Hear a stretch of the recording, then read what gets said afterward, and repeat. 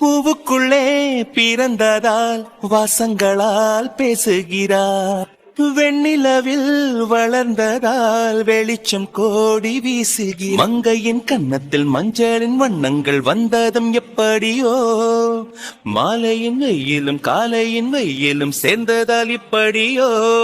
அடி பூமியே நூலகம் பூக்களே புத்தகம் என்று நான் வாழ்ந்து வந்தேன். இன்று பெண்களே நூலகம் கண்களே புத்தகம் உன்னிடம் கண்டு கொண்டேன். அன்பு மாமா ஏண்டி இப்படி இருக்காரு? எனக்கு ஒண்ணுமே புரியலடி. ஏதோ ரொம்ப ஒரு மாதிரி இருக்க மாதிரி இருக்கு. என்ன இருக்கும்? எனக்கு இதுல எதுவுமே சுத்தமா புரியலடி. அன்பு மாமாவா இப்படி மாறி இருக்கிறது? ஒருவேளை அன்பு மாமா ஜீவானதான் கொன்னுட்டாங்கன்னு அப்படின்னு ஏதோ நினைச்சிட்டாரோ? அப்படி அண்ணன் நினைக்கிறதுக்கு வாய்ப்பே இல்ல. மைனா வேற போனாடி, அவ ஏதாவது பேசியிருப்பாளோன்னு எனக்கு தோணுது. ஒரு மாதிரி பயமாவே இருக்குடி. அப்படி மாமா மட்டும் நினைச்சிட்டாங்கன்னா சௌமியானால தாங்க முடியாதுடி சுத்தமா. இவ போயிட்டு என்ன பேசினா என்ன இது பண்ணான்னு சுத்தமா நமக்கு தெரியாது. ஏதாவது பேசி குழப்பி விட்டுருப்பாளோ? இது சௌமியா கேட்டான்னா அவ சத்தியமா தாங்க மாட்டாடி. சரி இரு பொறுமையா பாத்துக்கலாம். எனக்கு ரொம்ப பயமா இருக்கு ஐஷு. இது வேற ஏதாவது விஷயம்னா கூட பாத்துக்கலாம்னு சொல்லலாம். குழந்தை விஷயம்டி. இந்த விஷயத்துல மாமாவையும் குறை சொல்ல முடியாது. ஏன்னா ஒரு குழந்தை இறந்து போச்சுன்னு நினைக்கும் போது அவர் என்ன யோசிப்பாரு? அப்ப சௌமியா ஜீவதை கொன்னுட்டாங்கன்னு நினைப்பாங்கல்ல. இதுல மாமாவை குறையும் சொல்ல முடியாதுல்லடி. ஏதாவது சௌமியாவை திட்டிடுவாரோ, அண்ணன் கலரை பிடிச்சு கேட்டுருவாங்களோன்னு பயமா இருக்குடி எனக்கு. சௌமியா ஜீவானால கொஞ்சம் கூட தாங்கிக்க மாட்டாங்க இந்த விஷயத்தெல்லாம் கேட்கும் போது. அதுலயும் ஜீவானா ஏற்கனவே இப்ப மனசு நொந்து போய் தான் ஸ்னேகா கிட்ட பேசிட்டு இருந்தாரு. நான் கேட்டேன், நான் தான் காரணம்னு சொல்லி அழுந்துட்டு இருந்தாரு. இப்ப எனக்கு என்னமோ ரொம்ப பயமா இருக்குடி. அன்பு மாமா மட்டும் கேட்டுட்டாங்கன்னா ஜீவானா என்ன பண்ணுவாங்கன்னு எனக்கு தெரியல. அன்பு மாமா எதுவும் தப்பா நினைச்சிருக்க மாட்டார்ல. ஒருவேளை ரெண்டு குடும்பமும் பிரிஞ்சிருமோன்னு பயமா இருக்குடி. சௌமியா அன்பு மாமா எல்லாம் இல்லாமல வாழ மாட்டாடி. அன்பு மாமா இப்படி பேசுறத பார்த்தா எனக்கு ரொம்ப பயமா இருக்கு. ரொம்ப பயமா இருக்குடி. ஜீவானால தாங்க மாட்டாரு. அன்பு மாமா மட்டும் இப்படி நினைச்சிட்டாருன்னா என்ன பண்றது? எனக்கு என்னமோ அன்பு மாமா சௌமியாவை திட்டிடுவாரோன்னு பயமா இருக்கு. திட்டாரு சௌமியா அப்புறம் அன்பு மாமா கூட வாழவே மாட்டாடி. எனக்கு என்னமோ ரொம்ப பயமா இருக்குடி. இவனாவும் ரொம்ப கஷ்டப்படுறாரு தெரியுமா? அவர்னாலதான் நினைச்சிட்டு இருக்காரு. நாங்க எவ்வளவோ பேசிட்டோம், ஆனாலும் அதுல இருந்து வெளியில வரல ஜீவானா. எனக்கு என்னமோ அன்பு மாமா இப்படி இருக்கிறத பார்த்து பயமா இருக்கு. இப்ப என்னடி பண்றது? நீ எதையோ நினைச்சு ரொம்ப பயப்படுறேன்னு நினைக்கிற. கவலைப்படாத. கண்டிப்பா அன்பு அண்ணன் சௌமியாவை திட்ட மாட்டாரு. எனக்கு நம்பிக்கை இருக்கு. திட்டுறது எனக்கு பிரச்சனை இல்லை. பட் ஏதாவது வார்த்தையை விட்டுட்டாருன்னா சௌமியானால தாங்க முடியாது. கண்டிப்பா அன்பு மாமா மனசுக்குள்ள இப்ப கோவம் இருக்கதான் செய்யும். அந்த குழந்தையோட விஷயத்துல யாருக்கா இருந்தாலும் கோபம் வரதானடி செய்யும். அத நினைச்சாதாண்டி பயமா இருக்கு. ஆபீஸ் போவேணான்னு சொல்லி இவங்க போனாங்க. அந்த இதுல இருந்து ஏதாவது பிரச்சனை வந்திருக்கலாம்ல. நான் சொல்லியும் நீங்க கேட்கலன்னு சொல்லி திட்டுனாருன்னா என்ன பண்றது? பொறுமையா நீ எதையோ போட்டு ரொம்ப யோசிச்சுட்டு இருக்கடி. என் மனசுக்குள்ள ஏதோ எல்லாரும் பிரிஞ்சிருவாங்களோன்னு தோணுதுடி. மனசெல்லாம் பாரமா இருக்கு. தெரியலடி என்ன நடக்க போதுன்னு நினைக்கும் போதெல்லாம் பயமா இருக்கு. இதெல்லாம் நினைக்கும் போதே மனசெல்லாம் ஒரு மாதிரி படப்படன்னு வருதுடி. கொஞ்சம் பொறுமையா இரு பிரியா. நீ பயப்படாத. எதுவும் நடக்காது. எல்லாரும் சந்தோஷமா இருப்போம். நீ வேணா பாரு. சப்போஸ் ஏதாவது நடந்துருச்சுன்னா ரொம்ப பயமா இருக்கு ஐஷு. நடக்கிறதுக்கு முன்னாடி ஏண்டி யோசிக்கிற? விடுடி. எதுவும் யோசிக்காத. சௌமியா ஸ்னேகா எந்திரிச்சு வரணும்னு மட்டும் யோசி. அது மட்டும் போதும். மித்தபடி அதுக்கப்புறம் என்ன நடக்கும் அதெல்லாம் யோசிக்காத. விடு. எந்திரிச்சு வந்து சௌமியாவும் அன்பு மாமாவும் பிரிஞ்சுட்டாங்கன்னா என்ன பண்றது? ஐயோ அப்படியெல்லாம் எதுவும் நடக்காது. தயவு செஞ்சு இப்படியெல்லாம் யோசிக்காத பிரியா. நீ மனசுக்குள்ள ரொம்ப குழப்பத்தோட இருக்கடி. அதனாலதான் இப்படியெல்லாம் யோசிக்கிற. கொஞ்ச நேரம் ஃப்ரீயா விடு. கொஞ்ச நேரத்துக்கு சௌமியா ஸ்னேகா எந்திரிச்சு வரணும்னு மட்டும் வேண்டிக்க போதும். மத்தபடி அதுக்கப்புறம் என்ன நடக்குமோ என்ன நடக்காதோ அதெல்லாம் யோசிக்காத. விடு. பாத்துக்கலாம். எது வந்தாலும் நீயும் நானும் பாத்துக்கலாம். சரியா? அன்பனி சௌமியா பிரிஞ்சா கூட நம்ம சேர்த்து வைக்கிறதுக்கு இருக்கோம். விடு. கண்டிப்பா நம்ம சேர்த்து வைக்கலன்னா கூட அவங்க காதலே அவங்கள சேர்த்து வைக்கும். ரெண்டு பேரும் மனசுக்குள்ள அவ்வளோ அன்பு வச்சிருப்பாங்க. அன்பனினே புரியாமலையா இருக்கும். அன்பனுக்கெல்லாம் அதெல்லாம் புரியும்டி. விடு. இந்த டைம் இந்த விஷயத்துல யார் என்ன சொன்னாலும் அதுதானே மனசுக்குள்ள இருக்கும். மைனா ஏதாவது போய் சொல்லி கொடுத்துருப்பா. அதே மனசுக்குள்ள யோசிச்சு அதான் உண்மை நம்பி இருந்தாருனா. நீ சொல்ற மாதிரி எல்லாம் கரெக்ட் தான். நம்ம கஷ்டத்துல இருக்கும்போது பக்கத்துல இருக்கவங்க எதை சொல்றாங்களோ அதான் நம்ம மைண்ட்குள்ள போகும். இத்தனை பேரை தாண்டி மைனா சொல்றதா அன்பன்னு கேட்பா நீ நினைச்சிட்டு இருக்க. எதுவும் நினைக்காத. அன்பன் எனக்கு சௌமியா மேல அவ்வளோ காதல் இருக்கு. அது இந்த குழந்தை விஷயத்துல உடஞ்சிருச்சுன்னா என்ன பண்றது? உடையாத. நம்பிக்கையா இரு. எதுவா இருந்தாலும் நல்லதே நடக்கும் நமக்கு. சரியா? இவன் தங்கச்சியும் அண்ணனையும் நினைச்சு ரொம்ப கவலைப்படுறேன்னு நினைக்கிறேன். எதுவும் யோசிக்காதே இப்போதைக்கு. முதல்ல அவங்க எந்திரிச்சு வரட்டும். அதுவே நமக்கு போதும். அதுக்கப்புறம் எல்லாமே பாத்துக்கலாம். நான் என்ன பேசினா என்ன பேசல இதெல்லாம் நம்ம அதுக்கப்புறம் கேட்டுக்கலாம். விடு. அன்பனே பிரிஞ்சு போன்னு சொன்னா கூட சௌமியா பிரிஞ்சு போக மாட்டான். கண்டிப்பா உங்க காதல் அவங்கள சேர்த்து வைக்கும். முதல்ல பிரியவே இல்லை அவங்க. நீ இதெல்லாம் யோசிக்காத, நீ எதுவும் யோசிக்காத, விடு. எல்லாமே நல்லதா தான் நடக்கும், சரியா? நீ இப்படியெல்லாம் யோசிச்சுட்டு நீயும் குழம்பிக்காதடி. அதுக்கப்புறம் உனக்கு உடம்பு சரியாம போயிடும். கொஞ்ச நேரம் இதெல்லாம் யோசிக்காத. எல்லாமே நம்ம குடும்பத்துக்கு நல்லதா நடக்கும், விடு. அது மைனாவே அன்பனையும் சௌமியாவும் பிரிக்கணும்னு நினைச்சா பிரிக்க முடியாது. அவங்க காதல் பிரிக்க முடியாது. நீ பகத்தல்ல ஹாஸ்பிட்டல் வந்திருக்கா, எதுவும் இல்லாமல ஹாஸ்பிட்டல் வர மாட்டா. எதுவும் இல்லாம அவ ஏண்டி ஹாஸ்பிட்டல் வரணும்? ஏதாவது அன்பு மாமா கிட்ட பேசி மாத்தி இருக்கணும்ல. இங்க என்ன சண்டை போகுதுன்னு சொல்லி பாக்குறதுக்காகனே அவ வந்திருப்பாடி. அவளை பத்தி எனக்கு நல்லாவே தெரியும். அவ மாறிட்டா, நம்ம நினைக்கிறோம் இன்னும் மாறல, அதே மாதிரிதான் இருக்கா.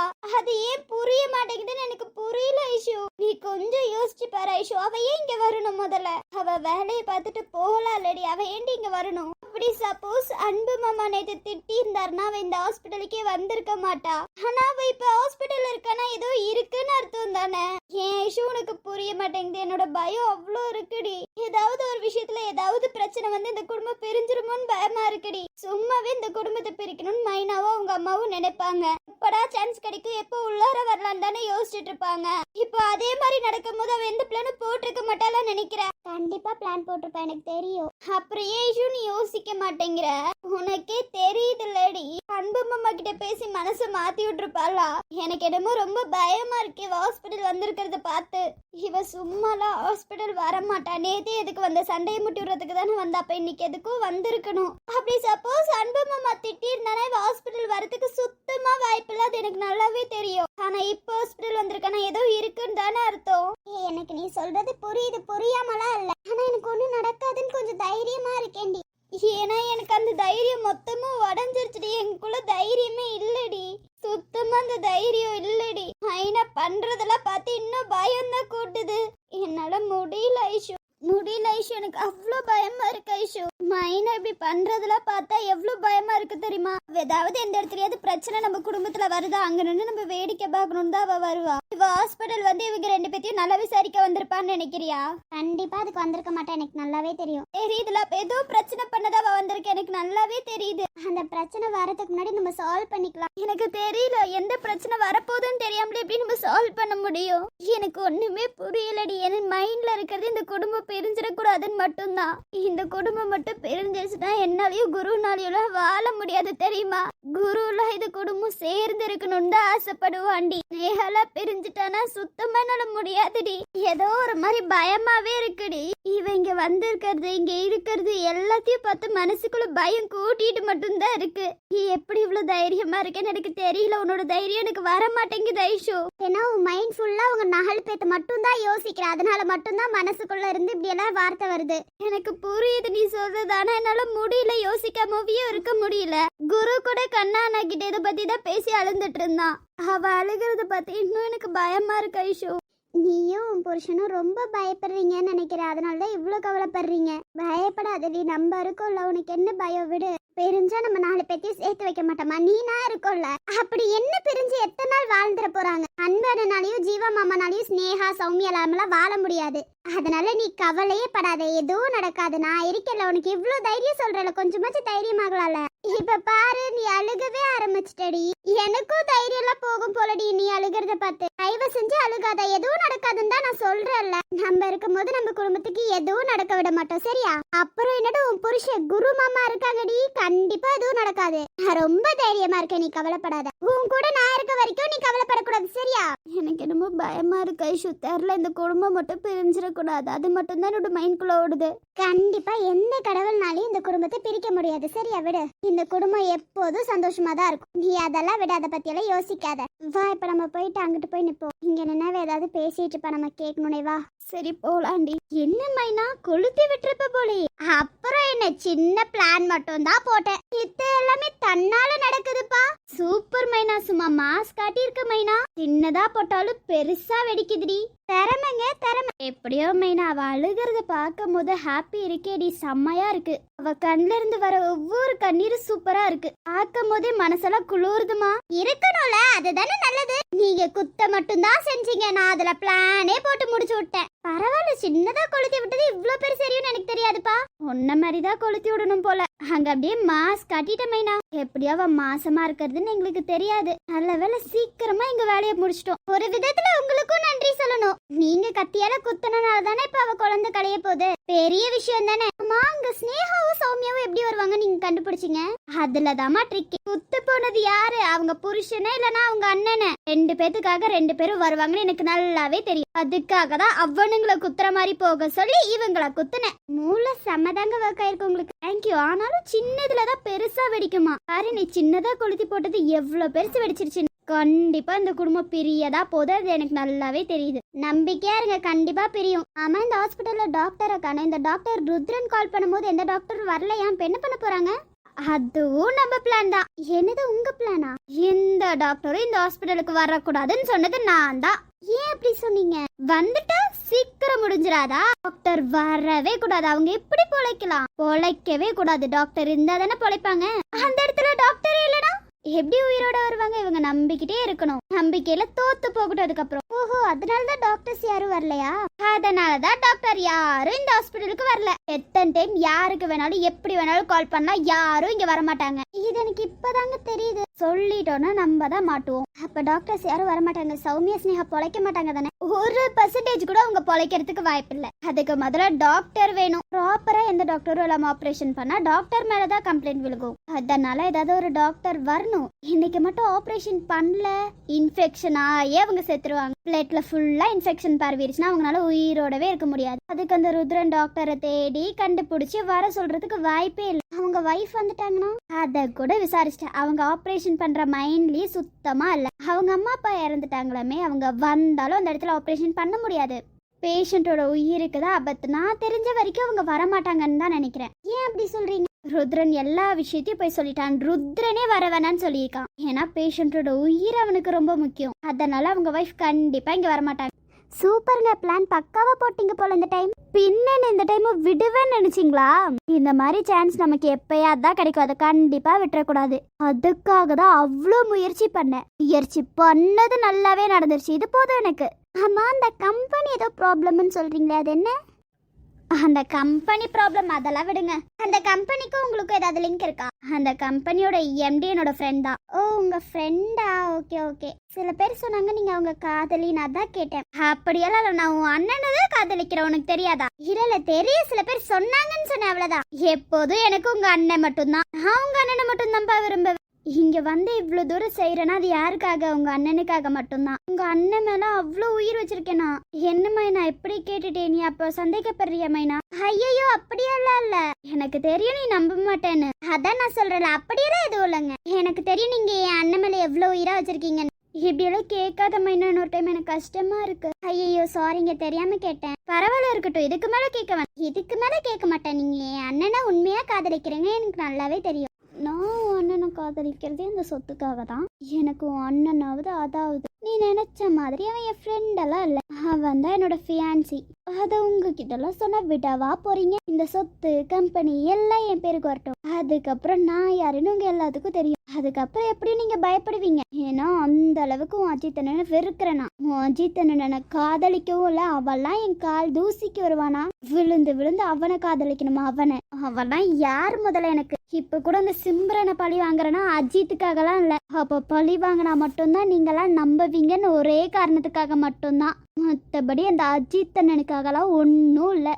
அவெல்லாம் என் கால் தூசி வரமாட்டான். ஏன் என் ஃபியான்சி அவன் மட்டும்தான். என் ஃபியான்சி ஈக்குவல் கூட உன் அண்ணன் வரமாட்டான். அதெல்லாம் உங்களுக்கு புரியவா போகுது? விடுங்க விடுங்க. எனக்கு என்ன இந்த குடும்பம் எக்கேடு கேட்டு போனா எனக்கு ஒரு ப்ராப்ளமும் இல்லை. எனக்கு முக்கியம் அந்த கம்பெனியும் அந்த வீடும் மட்டும்தான். என்னாச்சு அமைதியாவே இருக்கீங்க? ஒன்னும் இல்ல, நினைச்சேன் சிரிச்சேன். எதை பத்தி? உங்க குடும்பத்தை பத்தி நினைச்சேன் சிரிச்சேன். ஓ, சௌமியா அன்பலா சொல்றீங்களா? Okay okay. உங்க குடும்பம் தெளிவா சொல்றேன். அதுவே இவளுக்கு புரியல, வந்துட்டா வாய் பேச. சரி சரி, உங்க கூட நின்று பேசிட்டு இருந்தேன்னா அன்பு மாமா ஏதாவது நினைச்சிருவாரு. நான் வரேன். சரிம்மா நீ உன் வேலையை பாரு. நீ போயிட்டு எப்படி கெடுக்கலாம் அப்படின்னு யோசிப்போ. சரி, நான் போறேன். இங்கே ரொம்ப நேரம் நின்றுட்டு இருந்தேன்னு வச்சுக்கோங்களேன், அன்பு மாமா என் பேச்சு அதுக்கப்புறம் கேட்காம போயிடுவாரு. ஆமாம்மா, என் கூட நின்று பேசினால கண்டிப்பா அவர் அப்படிதான் பண்ணுவார். நீ கிளம்புமா.